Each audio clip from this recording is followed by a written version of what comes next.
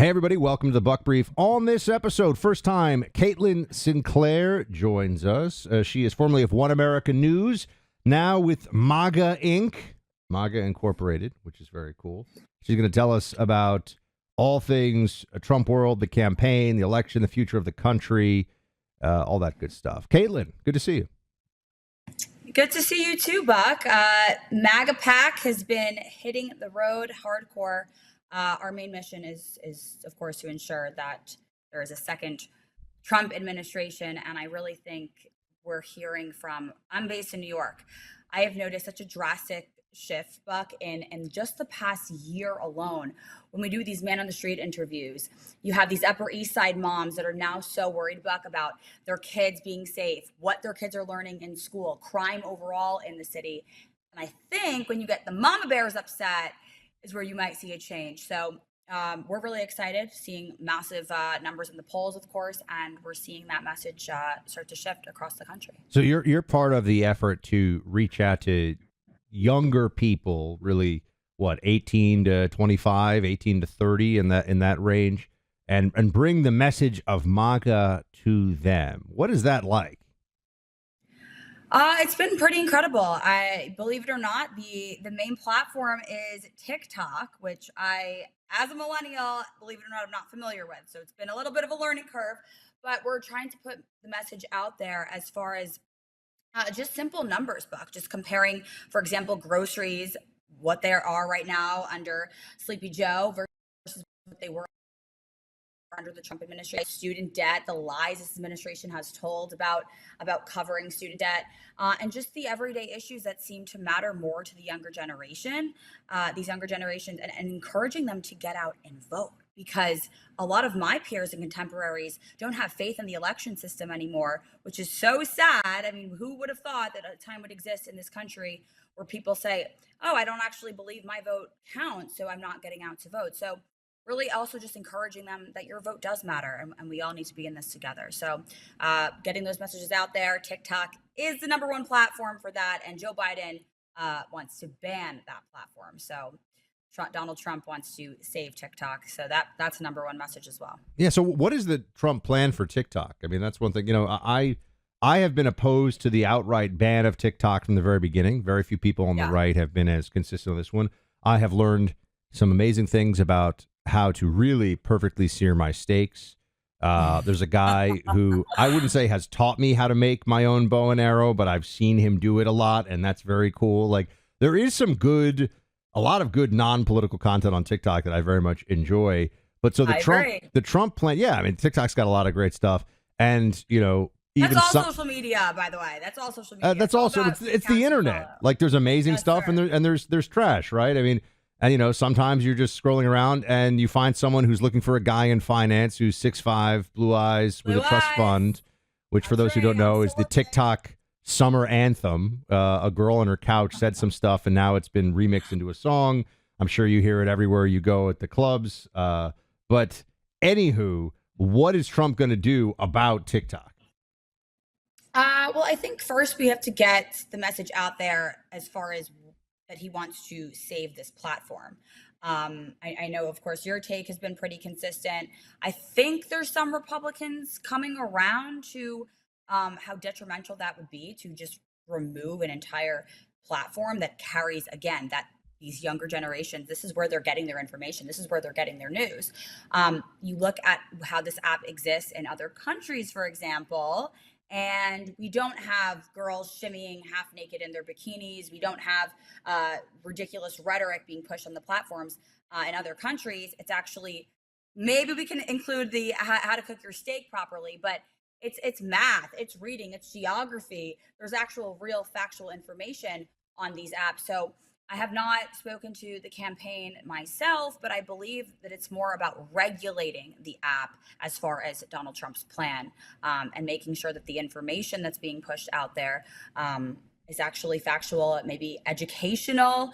And I think that's probably the best way to save that. And what do you think happens in this trial? People are going to see this before the verdict is out. What happens, and how does that play out? What does it do? I mean, you're the lawyer here. Is this a real trial? How are we so close to the end of this and we don't even know what the crime has been. We don't even know what the crime is. Yeah, but anyone's guess is just this is a gut instinct thing, Sinclair. Anyone's guess is as good as anyone else's. There's only a couple of options here. So you think it's going to be a not guilty? What do you think's going to happen? I heard some rumors, or I saw some posts on Twitter that Secret Service was already coordinating with the criminal jail cells down here in Manhattan, how to put a former president behind bars. So I'm curious as to those tactics.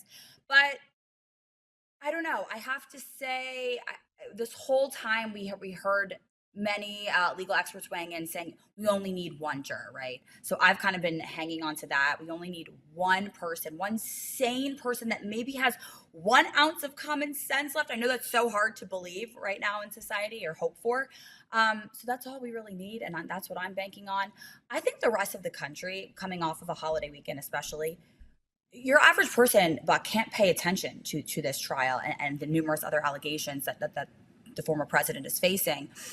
They have bills to worry about. They have food to put on the table. Eggs are really expensive nowadays. They might be working more than one job. They have kids to feed, kids to take care of. They have just everyday problems, and it's really hard to keep up with this trial, especially, and just all of the minutia that's going on with a former president and potentially a future president. So I think no matter how this ends, your average American it's not going to change the way they vote come November. And if they are paying attention, I think most Americans are waking up to the fact that this is a total scam. It's been a witch hunt from the start, and again, won't change the way they vote. We're going to come back into what Biden's plan is here in just a second. So that'll be, I was going to say more fun, maybe more scary too. Depends on wake up, how eat ice cream. Yeah, something like that. We're going to get into that in a second. But are you a coffee drinker, Caitlin? Huge coffee drinker. We're going to have to get you some Crockett Coffee. This is the company Clay and I founded, Crockett Coffee. Everyone should go check it out, crockettcoffee.com. It is the most delicious small batch roast to order coffee you will get absolutely anywhere. In partnership with Tunnels to Towers Foundation, whom we give a portion of the proceeds to. We celebrate American history, American greatness, and Davy Crockett. I mean, the guy's actually surfing on the back of a crocodile, or maybe an alligator. I think that's actually an alligator. I mean, I designed the logo, so I should know that's an alligator. But whatever. Point is, it's very cool. crockettcoffee.com. Go subscribe, everybody. Sign up. Get your coffee from us. We've got blonde roast and organic coffee coming this summer. But right now, we've got medium roast, dark roast, and decaf all up there. So please join us and subscribe. All right, Caitlin. Joe Biden, there's an article in Politico that says that there is panic among Democrats at the prospect of Joe Biden actually being the guy. So what happens? Is he just the guy and they try to pull it out? Maybe they cheat, something like that. What happens? I think he's the guy. I know the Michelle Obama theory has been floated out there. I don't buy that. Nope. I think he's the guy. But I think he's the guy by design. And I think they want these rumors circulating, again, by design. This is all on purpose. Again, he's just the puppet. I don't know who will be in control this time around. We can do some digging and speculation on that. But I think Biden's the guy. I don't see them changing that at last minute. And I'm looking forward to this scheduled debate coming up. And the debate, I was going to ask about that one next, is the problem that we have. See, there's a couple ways you look at this, right? Biden is going to show everybody just by the visual. Even Bill Maher said this reason. The visual of Joe Biden is that he's just way too old. Mm-hmm. And I think that's fair. That's true. But there's also the expectations piece of this, right? Whereby if he just shows up and doesn't start muttering into his applesauce and needs to take a nap in the middle of the debate, they're going to say, see, he's sharp as a tack, and he's just great. So does it really matter? I mean, do you think if he just shows up, he shows up, and it doesn't make much difference, or can it make a difference?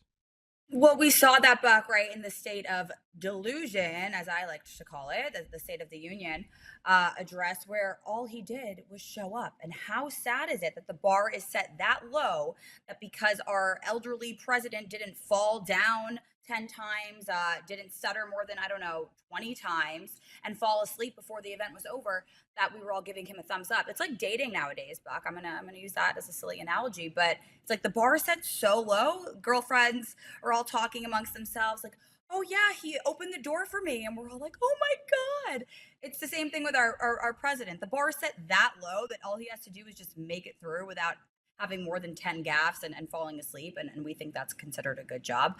I'm curious as to how the former president's advisors are handling this. I am going to go with the narrative here that they're advising him to just show up and let Biden do most of the talking. And I think that's the best tactic. I think that the idea that Joe Biden is going to do anything other than just what he always has done, which is just the talking points, kind of aggressive. You ever notice he's sort of a shouty, mean old man? They try to position him like he's this cuddly grandpa or something, although less and less of that these days. But he's actually a bit of a bully. Remember when he called that guy a dog-faced pony soldier? I didn't even know I didn't even know what that was. I don't think he knows what that means. I think it also comes out of nowhere. It's like a broken wind-up toy or something. Like he's talking, and then he just goes off out of nowhere. Like it's you live in you're in the New York area, right? Yes, unfortunately. I'm still stuck here. Yeah. I mean, eventually you're going to move to a red state because that's what has to happen. But you live it's in happening. It is happening? It's happening. It's happening. Yeah, there you go. But I was going to say, I mean, it's about time for everybody to realize. Unfortunately, New York has gone into I was a New Yorker for so many years, gone into a bit of a decline. Mm-hmm. But now I think, when what were we just talking? I just completely lost my train of thought for a second there. This has never happened for the podcast. Biden screaming, Biden being grumpy, Biden being grumpy, Biden being mean. Well, I guess we can just stay with that. Joe Biden is a mean old man, and they try to make him seem like he's nice and cuddly. But ultimately, I think that will not work because if you see him, he's basically always been pretty dumb and pretty nasty. And I think that's very difficult for them to try to message around. The fact that this guy is president at all is still, in many ways, the most stunning thing. I don't think the cuddly bear narrative, Buck, even if they were still sticking to that and it was working, is America really looking for a cuddle bear anymore? I don't think so. I don't know. Is that something people can put on their dating apps? Like, I'm looking for a cuddle bear. Probably. I actually heard in other countries they're now having robots that can cuddle people because that's how bad dating has gotten and the marriage rates have gotten. So we're building robots just to cuddle humans. I tell everybody I didn't get married till I was 40, and I tell everybody this. I mean, try to get it done earlier. I feel like a lot of people too much focus on the careers, too much focus on this stuff other than family formation, and no one cares. Oh, I do. I was a victim, Buck, to the girl boss culture. I really do know. Nobody cares who makes VP at 35 or 30 or whatever. Like none of that stuff really matters in any meaningful way. So I think that's why the Harrison Butker thing got people so upset because he was saying things not that weren't true, but that were true. Oh yeah, the most upset of them all, Chelsea Handler. Oh, I saw some of that, and. Yeah, she was all of a sudden she's doing another one of these videos. It's funny too because she thinks that she's making the case for the girl boss, never get married, never have kids side of things. Yes. And I see her and I'm like, she's actually exhibit A of what the get married and have kids and don't have this like hedonistic, pointless life. You know what I mean? So she's actually she thinks she's a spokesman for her side, but she actually ends up being a piece of evidence for the other side. Yeah. I wonder if at some level she may have some awareness. I also don't think she's funny. Is she funny? I don't think she's funny. Has she been funny? So again, I fell victim to the whole girl boss narrative. And it affected a lot of my relationships. I thought that I had to be this independent woman and we don't need any men and we can live alone forever. And that's just not true. We can need men to an extent. I can be independent, but also want to rely on someone. So maybe 2 years ago, someone like her would have been, I don't want to say funny, maybe more relatable to me. But now I just watch these videos and I feel bad for her. It's not funny. Nothing's really funny anymore. What is the breakdown of your female friends? I don't know how old you are. You said you're a millennial, but what is the breakdown of your female friends in terms of how many of them like Trump versus are hardcore Democrats? So I have a lot of Republican friends, but I also have this time around. And Buck, these are the same that in our group chats here in New York. when there's crazy people going around punching girls in the face randomly. You heard of those viral attacks. There's the same girls writing in the group chats how scared they are to go outside. And I'm sitting there, it takes everything for me not to reply back in capital letters. You voted for this. You voted for Democrats. Are you even correlating these policies to what you're so scared about? So a lot of the friends I have, I don't want to call them Democrats. They're orange man bad. Even they are coming around to focusing on the policies because it's gotten that bad. I don't want to speak for other cities, but it's gotten that bad here in New York. It's tough to be a progressive Obama, Biden, Hillary voter. The third or fourth time some maniac on the subway has like spat on you and like threatened to stab you with a rusty screwdriver. Yeah. As a New Yorker, I just know that's in time. I mean, there's still so many Democrats in New York, but I feel like there are some events that can start to push one by one, push people in the direction of truth, justice, and righteousness.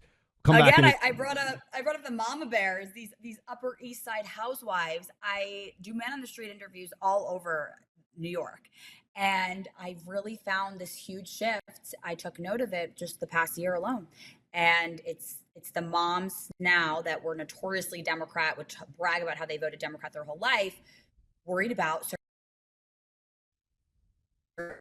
safety, not feeling comfortable to send their kids, just they're curious as to what the curriculum actually is anymore, what their kids are even learning.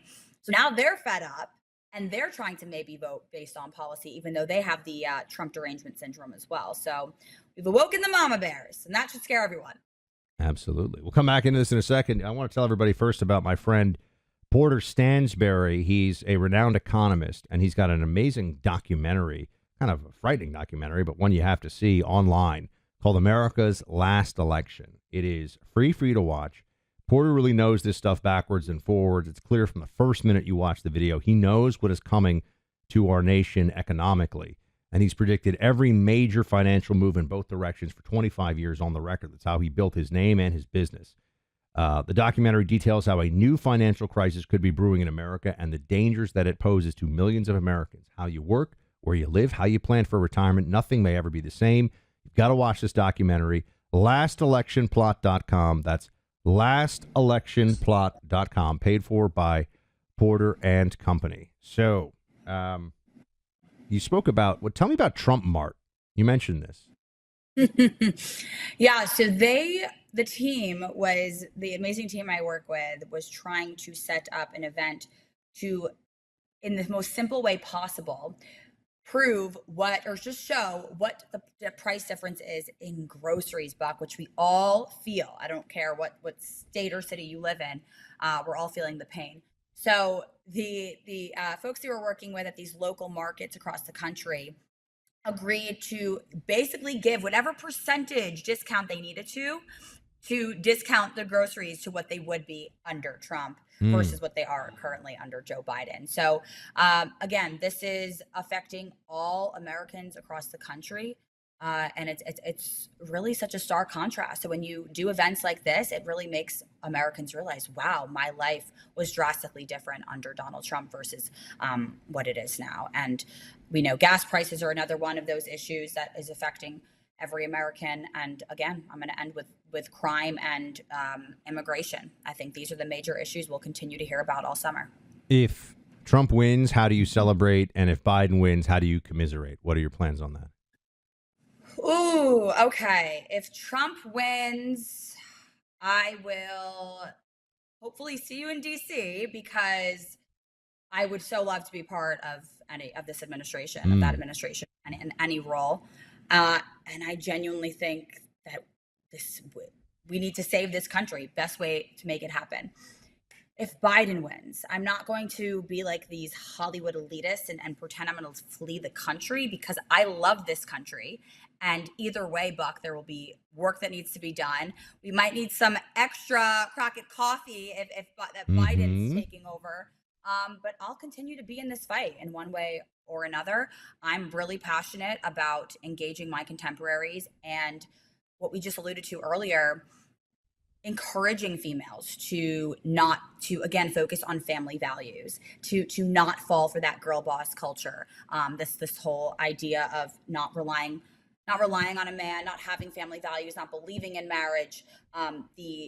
We've erased the institution of marriage from millennials, from Gen Z, even in their thought process. It's not even a thought anymore. It's such a negative connotation. And those are the issues that I'm passionate on enforcing and reinforcing, I should say. So one way or the other, we're both going to be in this fight. So there we go. I'm not leaving the country. All right. Good to have you on the team fighting for America. Caitlin Sinclair, everybody, follow her on social media and MAGA Inc. Is that the proper MAGA? What's the MAGA Inc? That's right. Wow, MAGA Inc. Yes, that's pretty cool. All righty. Great to talk to you, Caitlin. We'll talk to you again before the election. We'll hopefully be able to get ready for a great night with election night. But thank you so much. All right, my friend. Good to talk to you. Good to see you.